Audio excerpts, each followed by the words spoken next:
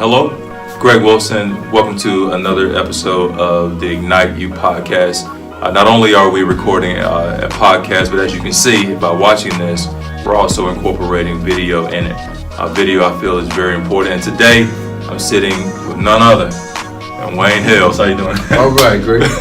Wane, you and I have known each other for a number of years, and Wane, if you don't know, is the publisher and owner of the Courier Echo Latino newspaper. Wane, how's that journey? How's that business? You know, it's 14 years. This year will be 14 years, and I tell you, it's as an entrepreneur, not knowing that I would ever be doing this. Right.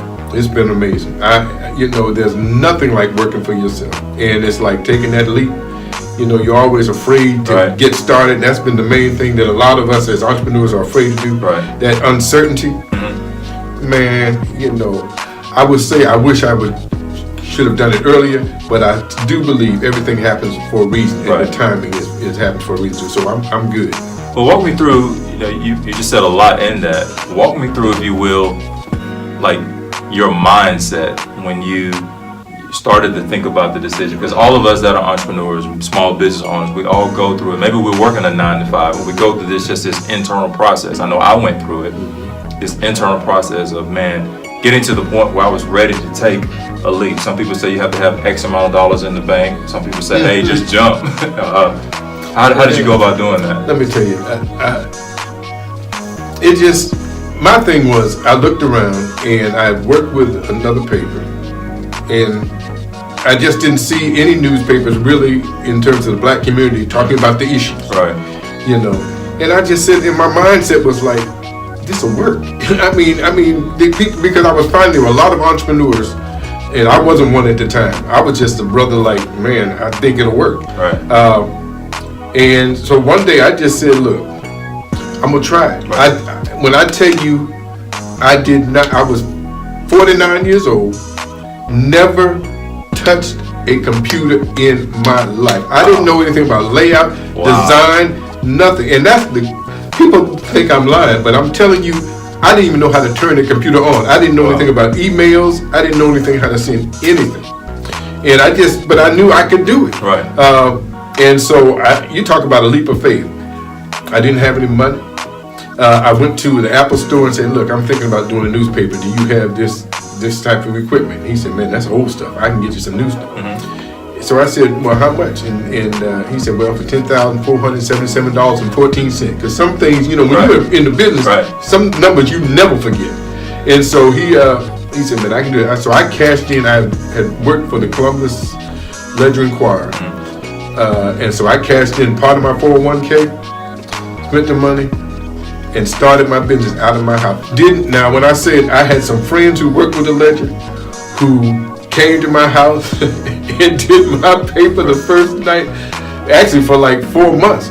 I didn't even know what I was doing. I slept on the floor the first night, and started my paper March 25th, 2005. And I'm telling you, now here's the other part when you talk about money. Mm-hmm.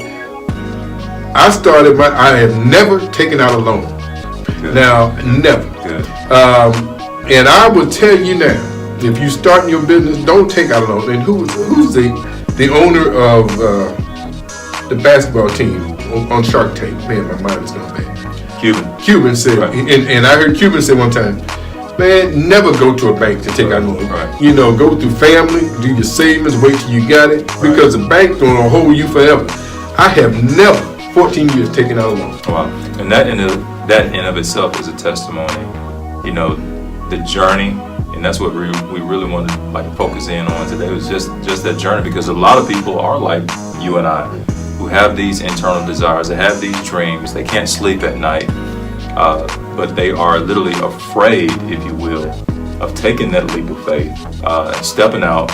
Some people call it faith, and then others, I heard one preacher say it one time, when it's funny that we're sitting here, we're going to talk about this as well, the backdrop and the pew you're sitting in. But I heard a preacher say at one time that some of us don't have faith. We take a leap of fate. We leave things up to fate, F-A-T-E. Oh, yeah. But it seems that if you don't take the leap, Like you'll never know. Yeah. You'll never know. Here, 14 years in the business. And I'm telling you, and I would tell anyone, now that I'm in this, and like I said, I didn't know what I was doing, right. but this is my passion. Right. So, and I would tell, one of my sayings is find your passion, find your paycheck. Right. And I'm telling you, my money is made from advertisers, and all of my bills are paid through the advertising. There's no loans going out. Exactly.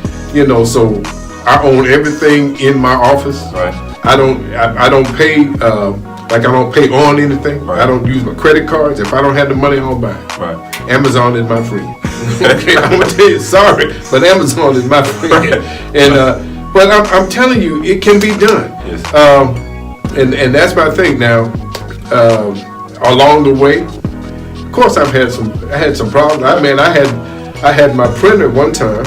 I owed $26,000 to print my paper, and I was on my way down, and I got a voicemail from the publisher saying, "Hey, look, unless you come down here with a check for $26,000, don't even come."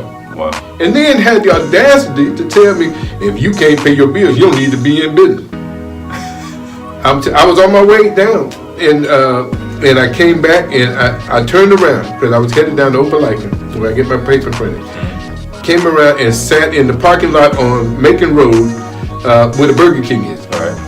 And I prayed. I said, Lord, I don't even know what I'm doing. I said, but I gotta have my paper, Right. And so I said, Lord, I'm gonna go down here, and I just need you to get my paper.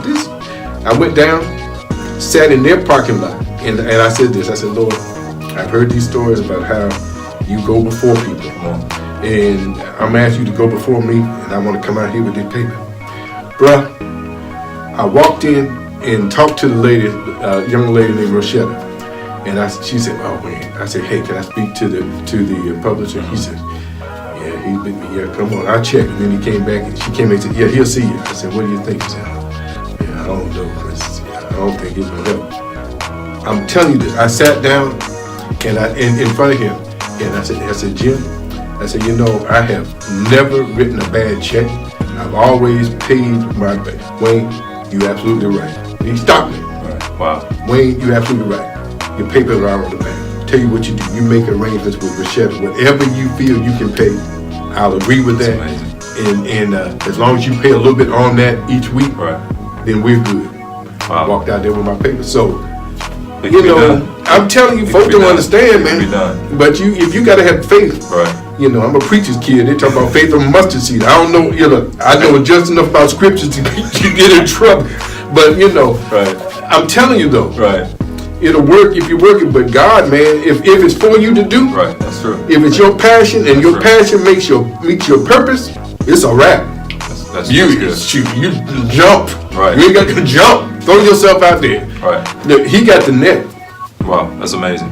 So you have a part, you said that you are a preacher's kid, and there's a segment of your paper called A View from a Pew. Mm-hmm. And I know that you and I have been in business together for over a decade. I've done work for you, different things, and different projects you and I have worked on. So for over a decade, man, I've enjoyed reading A View from a Pew. Well, that concept, sometimes it's entertaining. Sometimes it's the opposite of entertaining. You definitely deal with some issues. But talk to us about, and to the audience about just the concept of a view from a pew. It's a simple thing. Like I said, I'm a preacher's kid. But growing up, my mother made my brothers and sisters and I sit on the third pew of the church every Sunday. I mean, when all my friends were in the back playing. Right.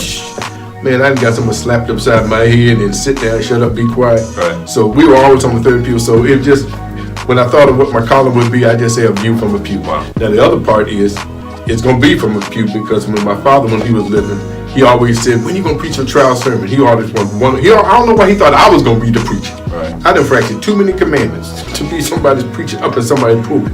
Okay.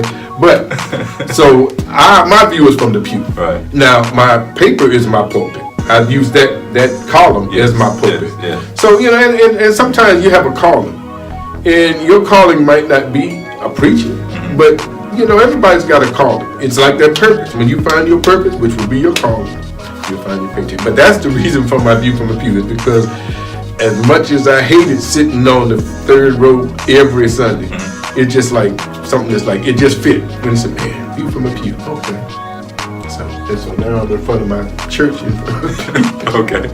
So my next question is, and we talked about some of the challenges. We talked about the struggles, and we talked about, in a roundabout way, literally your faith in God, your faith in a higher power to see you through some of the tough times. In addition to that, let's say that someone is watching this and listening to this podcast today, and they are desiring to start. What advice would you give a young entrepreneur, mid-age, maybe even an older entrepreneur, someone that desires to start? What advice would you give? It's funny because my last column is something I've been thinking about for a while. I would recommend 4 bones. Wishbone, which if you have that passion, remember as a child and maybe, I know I grew up in a family where we didn't have chicken tenders and all like that, and boneless chicken wings. We had the chicken, and so in that chicken was a wishbone. And you make a wish, and my brother and sister would pull it, and if it came off right, the wish would come true. Well, if you got that passion, that drive, that wishing, that dreams that you can do something, then you need to hold on to that wishbone, that first bone. And then that's going to motivate you along with some objectives, set some objectives, and your wishes will come true. Second, you got to have a funny bone, because life gonna throw it at you. You got to let it roll off your back. Man, don't take it or yourself too seriously, because when these things come at you, it's not the end of the world. Never make a permanent decision based on a temporary situation. And in business, majority of them are temporary. If it's a money thing, you can always make more money. If it's a printing thing, hey, you can work it out. Okay. The other thing is you got to have a backbone. You got to be able to stand strong when stuff is being thrown at you. When the man call you, say, look, unless you got $26,000, you don't even come. When the people say, man, you owe so much for your back rent, on your building, or your car goes out, or your machines that you're working on goes out, you got to be able to stand strong in adversity. And the final bone is your tailbone.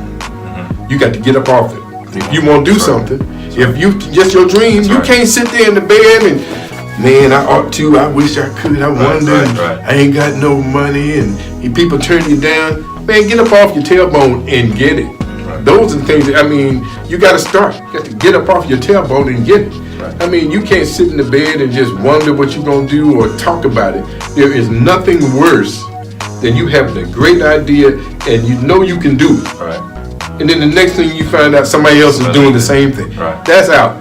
That's one thing that I do. If I got an idea, if you give me an idea, man, you ought to try this. And if I think it'll work, I'm doing it. By next Monday, you give it to me today, Monday, you be like, whoa. Life is too short, man. And sometimes people say, man, everything you touch turns to gold. I don't touch everything. I touch the things that I know I can do. You got to stay in your lane. You got to know your limitations.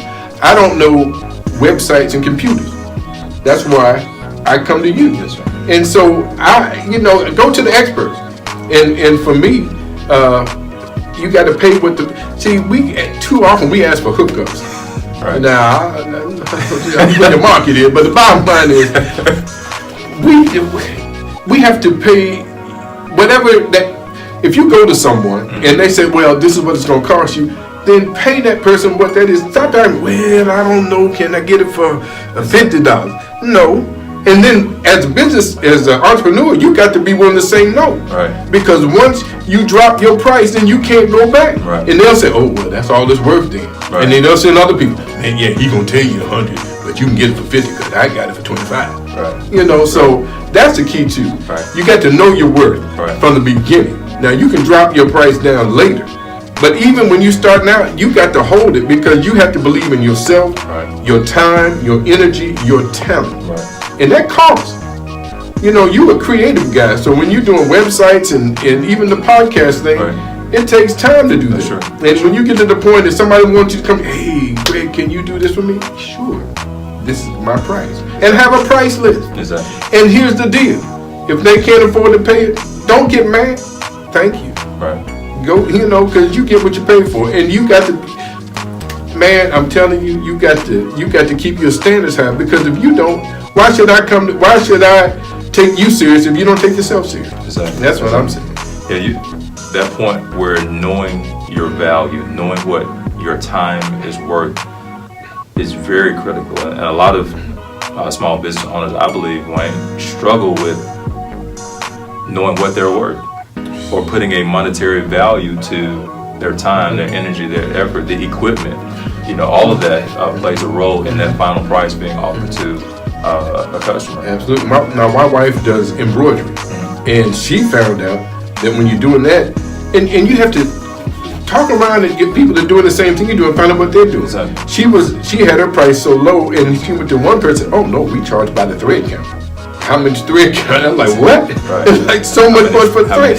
How many stitches? Right. They charge by the stitches. And she was just saying, oh, my price is $7. Right. And they looking at her like, shoot, I need to come to you too. Exactly. But the bottom line, because we go by the stitches. And because you paying for that thread, you got to replace all of that. But you don't think of that. You just think, oh, I'm in the business and I need $50 today because I got to pay this light bill or something like that. Right.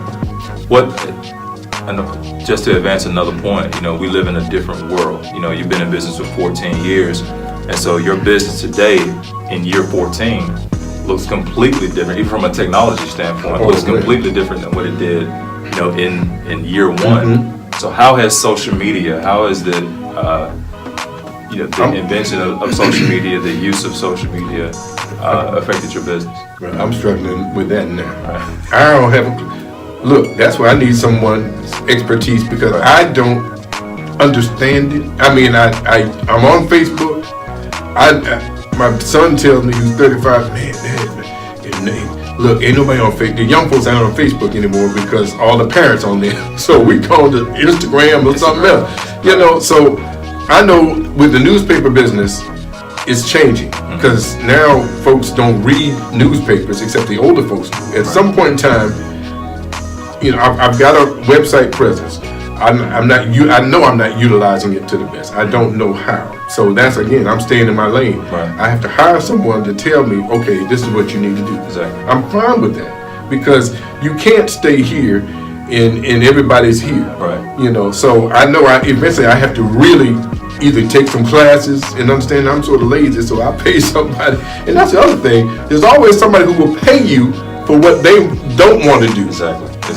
So you need to understand that too. But to answer your question, it's changed dramatically, where I only do local news, because people can get the national stuff on their phone, on television. Right. So I don't. Now they can't get the local stuff from a black perspective or Hispanic perspective. Right. So I'm good, and as long as I'm doing that, there's no other black or Hispanic newspaper in the city right now. So if you want that, I'm good. Right. Now, if more come in, and I don't have a problem with somebody coming in with another paper. Right. I did. So why should I be mad at you? But if I'm doing what I'm doing, I'm gonna be good. Right. What God has for me, He's got for me. There've been 3 or 4 papers that have come in. Okay. You're still here though. Okay. It's funny part, I do the Hispanic paper, I don't speak Spanish. There have been 4 Hispanic business persons who've come in the city and said they want to start a Hispanic paper. Right. The Hispanic community said, no, we got Wayne. So Right. it's that loyalty. But the bottom line is, getting back to the social media, I'll be honest with you, I am nowhere near where I need to be. Right. And probably by the time I get where I think I should be, there's something else popped off. Right. So I need to have somebody on my staff 24/7, because I don't have time to tweet. As you know, I do everything. I take the pictures, I write the stories, I do the layout, I do the design. So I need someone now. If there's somebody out there who wants to get started, look here. I'm just talking about paying somebody. But if you want an internship that could lead to some financing, you want to come in and work advertising and sell something. Oh, you can make good money. Right. But if there's someone out there who's really into that, I'm more than happy to sit down and talk. Good deal. Well, Wayne, I appreciate your time. Appreciate you sitting down with me this first interview, and we're gonna definitely have to do this again. Anytime. I want to do this again. Again, folks, Wayne Hills, owner of the Courier Echo Latino newspaper. What's your website? How do people find you? How do people get in contact with your paper? Well, www.couriernews.org. So www.couriernews.org. And speaking of another stream of income, right now you can read the paper for free. Now I'm getting ready to charge y'all $1. So $20 for the year. $20 for the year. $20 online. Come up with a price. Online. You read online. Right now you can get it, and you can just flip it just like the regular paper. So, but compliments of Greg Wilson. Right. And again, find good quality people. You have to associate yourself in business because everybody is out there is not on your side. That's true. So, like you said, we've been together for years. So when I approached you, it was, I pay you, do I not? You do. We pay. And when he tells me this is what I want, and that's the other part. When don't let someone, if you have a business, you tell them what your worth is. Right. Don't let someone say, well, okay, I'm gonna give you $100. I'm like, okay, you can give it to me, thank you, but that ain't gonna get you what you want. Exactly. So that's the other part. Know your worth too, another thing. But yeah, www.couriernews.org. All right, so folks, you hear it right here from the man himself, www.couriernews.org. Wayne Hills, the owner of the Courier Echo Latino newspaper. Again, this is Greg Wilson. You can find us online at www.gregawilson.com. Simply gregawilson.com. Click on the podcast link, the video links, and hear this story that we're recording today. Again, till next time, may God bless you.